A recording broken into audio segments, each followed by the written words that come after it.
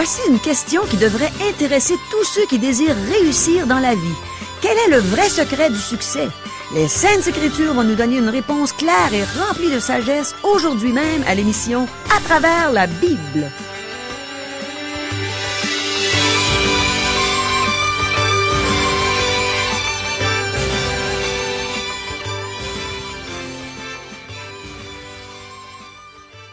Chers auditeurs, pour en savoir davantage sur le contenu de cette émission, vous pouvez contacter en tout temps Radio Espoir via Internet à www.radioespoir.ca ou par téléphone, sans frais, au 1-877-l'Espoir, 1-877-537-7647. Bonjour, ici Caro. On a seulement 4 questions à poser au grand livre de Dieu au cours de notre émission aujourd'hui. Mais je crois sincèrement que Dieu va nous enseigner de belles choses en répondant par sa parole. La Bible est un livre vivant qui est plein de richesses pour tous ceux qui croient que c'est bien Dieu qui l'a inspiré à ses écrivains. Voici donc nos questions. Selon la parole de Dieu, quel est le secret du succès? Qu'est-ce que le roi David a donné à son fils Salomon en héritage? Qu'est-ce qui peut arriver à quelqu'un qui a l'ambition d'obtenir un poste que Dieu a donné à un autre?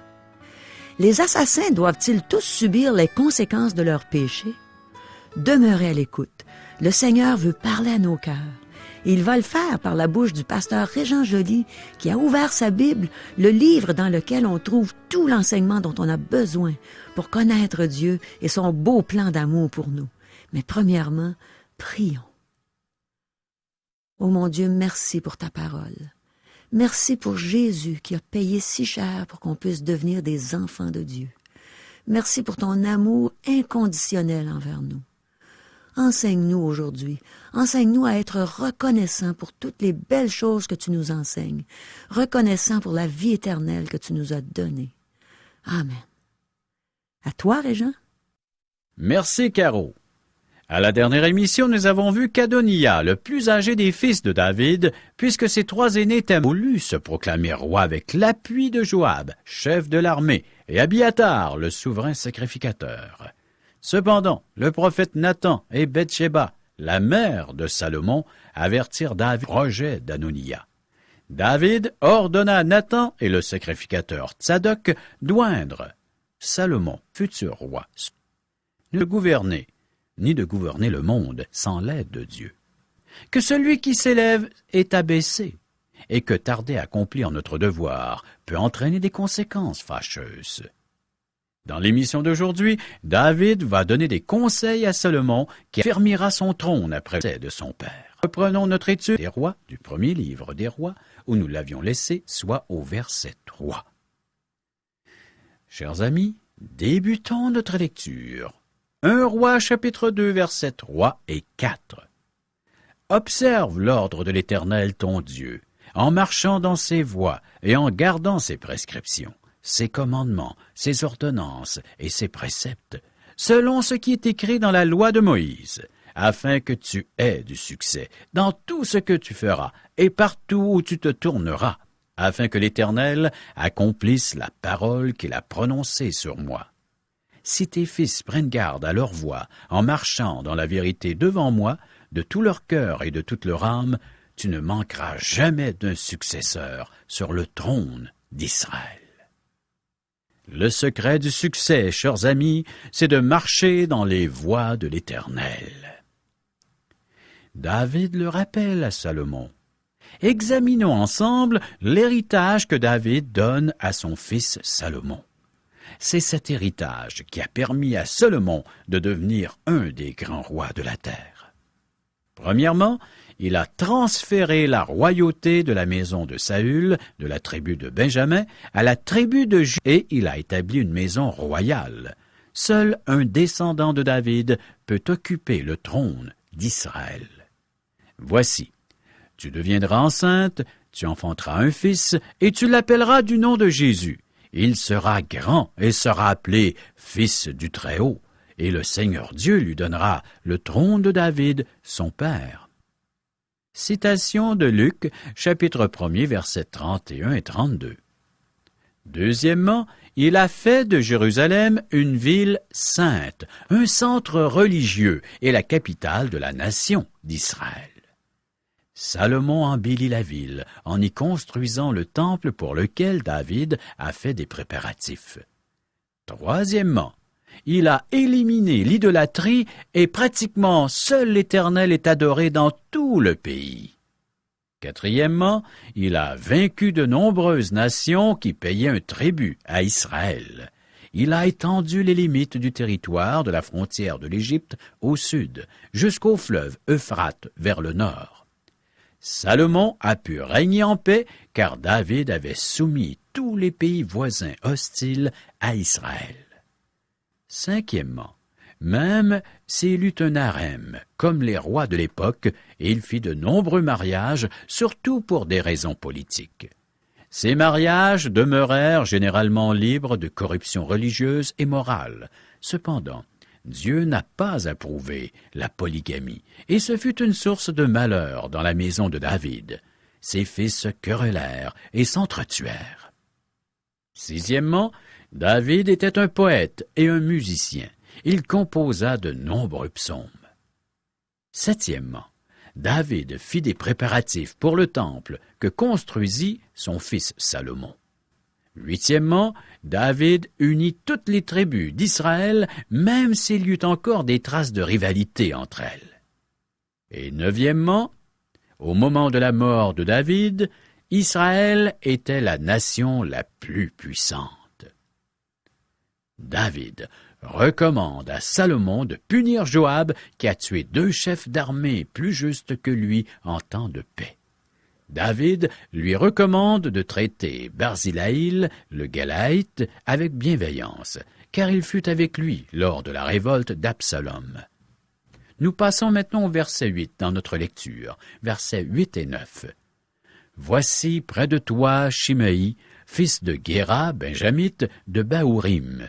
Il a prononcé contre moi des malédictions violentes le jour où j'allais à Mahanaïm. Mais il descendit à ma rencontre vers le Jourdain, et je lui jurai par l'Éternel en disant, « Je ne te ferai point mourir par l'épée. » Maintenant, tu ne le laisseras pas impuni, car tu es un homme sage, et tu sais comment tu dois le traiter. Tu feras descendre ensanglantés ses chevaux blancs dans le séjour des morts. Ceci peut sembler de la vengeance, mais en fait, Shimei est un homme dangereux. Il avait maudit David lorsqu'il fuyait Absalom, et à son retour, David avait juré qu'il ne porterait pas la main sur lui. Versets 10 à 12. David se coucha avec ses pères, et il fut enterré dans la ville de David. Le temps que David régna sur Israël fut de 40 ans. À Hébron, il régna 7 ans, et à Jérusalem, il régna 33 ans. Salomon s'assit sur le trône de David son père, et son règne fut très affermi. Salomon est maintenant seul sur le trône. Ce sera un temps tumultueux, car Adoniya et ses alliés ont toujours un œil sur le trône. Versets 13 et 14. Adoniya, fils de Haggith, alla vers Bathsheba, mère de Salomon.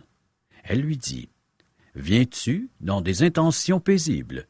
Il répondit, « Oui. » Et il ajouta, « J'ai un mot à te dire. » Elle dit, « Parle. » Avez-vous l'ambition d'obtenir un poste que le Seigneur a donné à un autre? Adoniya a toujours l'ambition de monter sur le trône. Il approche Bathsheba avec une requête qui est en fait un piège. Verset 15. Et il dit, « Tu sais que la royauté m'appartenait et que tout Israël portait ses regards sur moi pour me faire régner. Mais la royauté a tourné et elle est échue à mon frère parce que l'Éternel la lui a donnée. » Adoniya affirme qu'il était plus populaire que Salomon et que c'est lui que le peuple désirait. Versets 16 et 17. Maintenant, je te demande une chose. Ne me la refuse pas. Elle répondit, parle.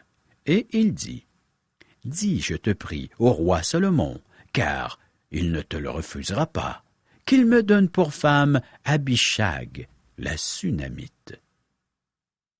Il semble demander une petite faveur puisqu'il a perdu le trône. Une petite compensation, quoi, pour se consoler.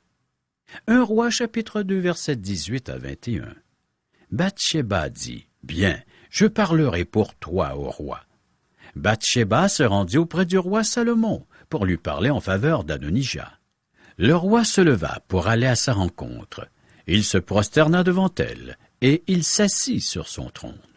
On plaça un siège pour la mère du roi et elle s'assit à sa droite. Puis elle dit, « J'ai une petite demande à te faire. Ne me la refuse pas. » Et le roi lui dit, « Demande, ma mère, car je ne te refuserai pas. » Elle dit, « Qu'Abishag, la Sunamite, soit donnée pour femme à Adonija, ton frère. » Bathsheba ne voit pas le piège. En fait, Adonija a fait preuve d'audace en faisant cette requête. Si Salomon l'accorde, cela équivaudra à reconnaître Adonija comme l'héritier légitime du trône. En effet, seul le successeur du roi pouvait prendre les épouses et les concubines de celui-ci. Adonija prend Bathsheba comme intermédiaire car il pense qu'il a plus de chances d'obtenir une réponse favorable en agissant ainsi. Salomon ne refuserait pas une requête provenant de sa propre mère. Versets 22 et 23. Le roi Salomon répondit à sa mère, « Pourquoi demandes-tu Abishag la Sunamite pour Adonija? Demande donc la royauté pour lui, car il est mon frère aîné. Pour lui, pour le sacrificateur Abiatar, et pour Joab, fils de Tseruja. » Alors le roi Salomon jura par l'Éternel en disant, « Que Dieu me traite dans toute sa rigueur, si ce n'est pas au prix de sa vie qu'Adonija a prononcé cette parole. » Salomon n'est pas tombé dans le piège. Adonija fit preuve d'audace pour accomplir sa ruse. Si Bathsheba n'a vu que du feu dans la requête d'Adonija, Salomon comprit que cela équivalait à demander le trône. Chers amis, soyons prudents aux ruses qui nous entourent, ces sentiments. Ici, nous avons un fils qui va vers sa maman pour demander une requête non conforme à la volonté de Dieu. Versets 24 et 25. Maintenant, l'Éternel est vivant, lui qui m'a affermi et m'a fait asseoir sur le trône de David, mon père, et qui m'a fait une maison selon sa promesse. Aujourd'hui, Adonija mourra. Et le roi Salomon envoya Benaja, fils de Jéhojada, qui le frappa, et Adonija mourut. La mort d'Adonija fut brutale, mais elle élimina un rival pour le trône, un rival qui aurait pu rassembler les ennemis de Salomon. L'exécution d'Adonija était nécessaire pour affermir le trône. Tant que celui-ci vivrait, il ourdirait des complots afin de s'emparer du trône. Salomon va aussi s'occuper des alliés d'Adonija. Versets 26 et 27. Le roi dit ensuite au sacrificateur Abiatar, « Va-t'en à Anathoth, dans tes terres, car tu mérites la mort. Mais je ne te ferai pas mourir aujourd'hui, parce que tu as porté l'arche du Seigneur, l'Éternel, devant mon père David, et parce que tu as eu part à tous les tourments de mon père. » Ainsi Salomon chassa Abiatar du sacerdoce de l'Éternel, afin d'accomplir la parole que l'Éternel avait prononcée sur la maison d'Élie à Silo. C'est ainsi qu'il n'y eut plus de sacrificateurs dans la lignée d'Élie. La parole de Dieu s'accomplit en ce qui concerne la maison d'Élie. Dieu tient parole, chers amis. Versets 28 à 30. Le bruit en parvint à Joab, qui avait suivi le parti d'Adonija, quoiqu'il n'ait pas suivi le parti d'Absalom. Et Joab se réfugia vers la tente de l'Éternel et saisit les cornes de l'autel. On annonça au roi Salomon que Joab s'était réfugié vers la tente de l'Éternel et qu'il était auprès de l'autel. Et Salomon envoya Benaja, fils de Jéhojada, en lui disant, « Va, frappe-le. » Benaja arriva à la tente de l'Éternel et il dit à Joab, « Sors, c'est le roi qui l'ordonne. » Mais il répondit, « Non, je veux mourir, ici. » Benadja rapporta la chose au roi en disant, « C'est ainsi qu'a parlé Joab, et c'est ainsi qu'il m'a répondu. » Chers amis, tôt ou tard, nous devrons faire face à nos péchés. Joab avait assassiné 2 chefs d'armée justes afin de ne pas avoir de rivaux. Lorsqu'il apprit que Salomon avait fait périr Adonijah et chassé Abiathar, il comprit que c'était son tour de mourir. Il chercha refuge au tabernacle, où il saisit les cornes de l'autel. Cependant, Dieu avait dit qu'un assassin ne pouvait pas trouver refuge à son autel, et qu'on devait l'en arracher. Versets 31 à 34. Le roi dit à Benadja, « Fais comme il a dit, frappe-le et enterre-le.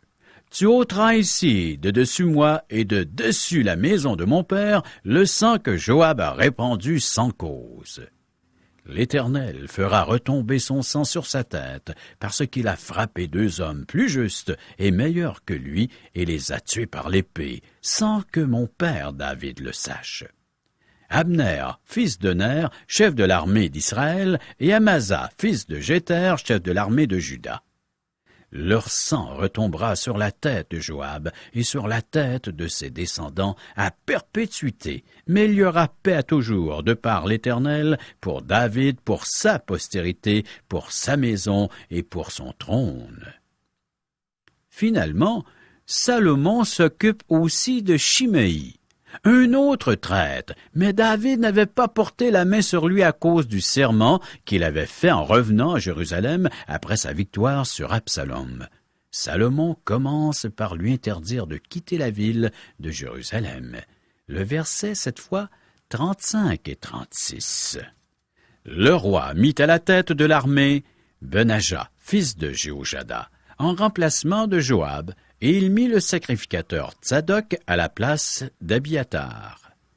Le roi fit appeler Shimei et lui dit, « Bâtis-toi une maison à Jérusalem, tu y demeureras, et tu n'en sortiras point pour aller de côté ou d'autre. » Et vous en prenez-vous un serviteur de Dieu? Salomon voulait garder Shimei à l'œil, car il semait le mécontentement et un esprit de rébellion partout où il allait. Versets 37 et 38. « Sache bien que tu mourras le jour où tu sortiras et passeras le torrent de Cédron. Ton sang sera sur ta tête. » Shimei répondit au roi, « C'est bien, ton serviteur fera ce que dit mon seigneur le roi. » Et Shimei demeura longtemps à Jérusalem. Shimei devait se construire une maison à Jérusalem. Salomon lui interdit de retourner dans sa tribu.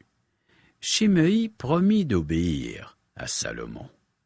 Versets 39 et 40. Au bout de 3 ans, il arriva que 2 serviteurs de Shimei s'enfuirent chez Akish, fils de Maaka, roi de Gath. On leur apporta Shimei en disant, « Voici, tes serviteurs sont à Gath. » Shimei se leva, sella son âne et s'en alla à Gath chez Akish pour chercher ses serviteurs. Shimei donc s'en alla, et il ramena de Gath ses serviteurs. Shimei désobéit à Salomon, qui apprit la chose. Il convoqua Shimei. Les versets 41 à 46. On informa Salomon que Shimei était allé de Jérusalem à Gath, et qu'il était de retour. Le roi fit appeler Shimei, et lui dit, « Ne t'avais-je pas fait jurer par l'Éternel, et ne t'avais-je pas fait cette déclaration formelle? Sache bien que tu mourras le jour où tu sortiras pour aller de côté ou d'autre. Et ne m'as-tu pas répondu, c'est bien, j'ai entendu? Pourquoi donc n'as-tu pas observé le serment de l'Éternel et l'ordre que je t'avais donné? » Et le roi dit à Shimei, « Tu sais, au-dedans de ton cœur, tout le mal que tu as fait à David mon père. L'Éternel fait retomber ta méchanceté sur ta tête. Mais le roi Salomon sera béni, et le trône de David sera pour toujours affermi devant l'Éternel. » Et le roi donna ses ordres à Benadja, fils de Jéhojada, qui sortit frappa Shimei, et Shimei mourut. La royauté fut ainsi affermie entre les mains de Salomon. En faisant périr Shimei, Salomon acheva de suivre tous les conseils que lui a donnés David son père. Salomon a éliminé tous ses rivaux qui auraient pu réclamer le trône. Et un jour, le Seigneur Jésus-Christ écrasera tous ses ennemis. Il faut devenir un de ses amis. Il faut l'accepter comme Sauveur et Seigneur. Il faut accepter son enseignement et s'y soumettre. Débutons la lecture de notre 3e chapitre du premier livre des Rois. Lisons ensemble les versets 1 à 5. Salomon s'allia par mariage avec Pharaon, roi d'Égypte. Il prit pour femme la fille de Pharaon, et il l'emmena dans la ville de David jusqu'à ce qu'il ait achevé de bâtir sa maison, la maison de l'Éternel et le mur d'enceinte de Jérusalem. Le peuple ne sacrifiait que sur les hauts lieux, car jusqu'à cette époque, on n'avait point bâti de maison au nom de l'Éternel. Salomon aimait l'Éternel et suivait les coutumes de David, son père. Seulement, c'était sur les hauts lieux qu'il offrait des sacrifices et des parfums. Le roi se rendit à Gabaon pour y sacrifier, car c'était le principal des hauts lieux. Salomon offrit 1000 holocaustes sur l'autel. À Gabaon, l'Éternel apparut en songe à Salomon pendant la nuit, et Dieu lui dit, « Demande ce que tu veux, que je te donne. » Satan utilise nos points faibles pour nous faire tomber. Dès le début de son règne, Salomon épouse une femme païenne. Cela provoquera sa chute spirituelle plus tard et entraînera la division du royaume.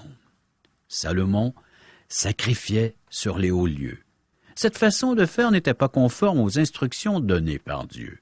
Cependant, le temple n'était pas encore construit, et chacun faisait ce que bon lui semble depuis la période des juges. La construction du temple permettra de corriger la situation, ce qui sera fait sous certains rois de Juda qui détruiront tous les hauts lieux. Certains de ces hauts lieux pouvaient être dédiés à des idoles. Dans 2 Rois, chapitre 18, nous voyons qu'Israël brûla encore des parfums au serpent de bronze que Moïse avait fait. Ézéchias détruisit le serpent, car tout sacrifice, toute offrande devait être apportée au tabernacle, qui fut aménagé dans le temple après sa construction. Chers amis, dans le temps de David et de toute cette lignée royale, il n'y avait qu'un seul endroit pour rencontrer Dieu, et c'était au temple. Maintenant, aujourd'hui, nous pouvons le rencontrer partout, car sa demeure devient notre cœur. Il nous est dit, dans les épîtres de Paul, que Dieu fait habiter son esprit en nous. Tu peux devenir maintenant l'habitacle ou la demeure de Dieu. C'est ce que nous lisons dans 1 Corinthiens chapitre 3, verset 16. Ne savez-vous pas que vous êtes le temple de Dieu et que l'Esprit de Dieu habite en vous? Si du moins vous l'avez reçu et accueilli comme étant l'Esprit de Dieu. Oui, nous pouvons devenir l'habitacle ou la demeure de Dieu ou un enfant de Dieu lorsque nous recevons l'Esprit Saint. C'est l'Esprit de Dieu qui dit à notre esprit que nous sommes devenus un enfant de Dieu, par lequel nous pouvons dire à Dieu « Abba, Père » ou « Papa » et rentrer dans cette relation intime et personnelle avec notre Créateur, le Dieu Tout-Puissant. Avez-vous reçu l'Esprit de Dieu? Êtes-vous devenu la demeure de Dieu? Chers amis, préparons-nous à la prochaine émission en lisant 1 Roi chapitre 3 verset 6 à chapitre 4 verset 34. Merci, Régent. Avez-vous l'ambition d'obtenir un poste que le Seigneur a donné à un autre? Voilà une question que Régent nous a posée au cours de l'émission d'aujourd'hui. Pour ma part, je peux répondre sincèrement que non.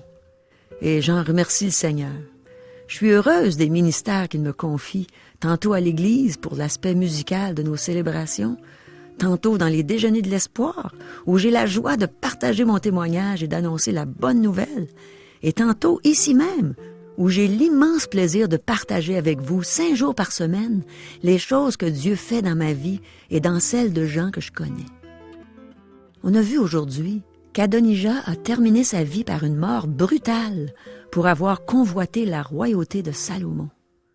Depuis ma conversion, il m'est arrivé à quelques reprises de voir des gens désirer le poste d'un autre. Ces gens ne sont pas vraiment heureux. Ils oublient que Dieu a accordé des dons à tous et qu'on peut réellement avoir beaucoup de joie dans notre service quand on est à notre place, là où Dieu veut qu'on le serve. Je pense par exemple aux gens qui sont à l'accueil à mon église. Leur sourire quand ils reçoivent les gens à la porte est tellement authentique. C'est évident qu'ils servent le Seigneur avec joie. Je pense qu'ils ont compris que simplement mettre en pratique la parole de Dieu est une chose qui donne beaucoup de bonheur, puisqu'il est écrit dans l'épître de Jacques, au 1er chapitre, au verset 25, que celui qui aura plongé les regards dans la loi parfaite, la loi de la liberté, et qui aura persévéré, n'étant pas un auditeur oublieux, mais se mettant à l'œuvre, celui-là sera heureux dans son activité. Mon frère, ma sœur, es-tu dans la joie? Est-ce que le Seigneur fait tout ton bonheur? As-tu découvert les dons qu'il t'a accordés pour le servir? Tu sais sûrement qu'il accorde des dons à tous ses enfants. Ça me fait penser à la parabole des talents dans l'Évangile de Matthieu, au chapitre 25, des versets 14 à 30.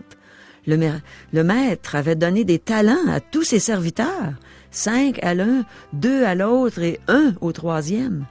Les 2 premiers ont fait valoir leurs talents, mais le troisième a caché son talent dans la terre. Puis son maître l'a traité de serviteur méchant et paresseux. Il lui a ôté son talent et l'a donné à celui qui en avait 10. Je ne crois pas être de ceux qui ont reçu le plus de talents. Mais quelle joie le Seigneur me donne de les faire fructifier pour lui, pour sa gloire. C'est merveilleux d'être co-ouvrier avec Christ et avec tous ceux qui aiment le servir dans l'unité, dans l'amour, en attendant son glorieux retour. Et je suis certaine qu'il ne va pas tarder. À la fin de l'Apocalypse, il nous dit « Je viens bientôt ». Et le peuple de Dieu dit « Amen, viens Seigneur Jésus ». Tu pourrais peut-être me dire que ceci a été écrit il y a 2000 ans et que le Seigneur n'est pas encore venu. Mais Pierre nous dit dans le 3e chapitre de sa 2e épître, des versets 8 à 10, que devant le Seigneur, un jour est comme 1000 ans, et 1000 ans sont comme un jour. Et il ajoute que le Seigneur ne tarde pas dans l'accomplissement de la promesse, comme quelques-uns le croient, mais il use de patience envers vous, ne voulant pas qu'aucun périsse, mais voulant que tous arrivent à la repentance. Mon ami, repens-toi, crois au Seigneur Jésus, et tu seras sauvé. Chers amis, ces émissions, ces messages suscitent en vous des questions, des réflexions? Vous aimeriez en recevoir les réponses? On veut recevoir vos appels, ça nous intéresse vraiment d'entendre vos réflexions. Nous avons une équipe toute prête à les recevoir. Ce sont des gens qui connaissent la parole de Dieu. Ils vont vraiment vous renseigner sur tous les points que vous voulez savoir concernant la Bible, tout ce qu'on peut lire dans les Saintes Écritures. Ces gens sont disponibles 24 heures sur 24. Ce sont des gens bien engagés. Ils attendent vos appels.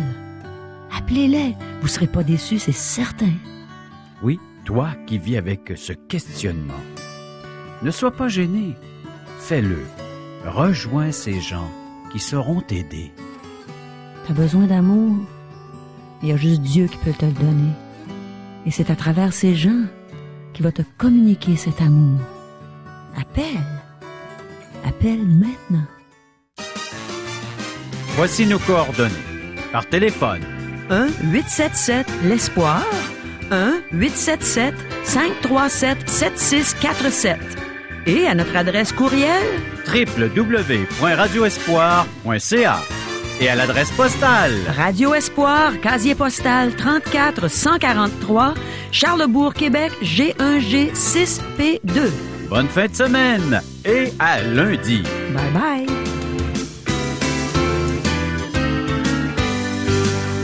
Cette émission vous a été présentée par Radio Espoir.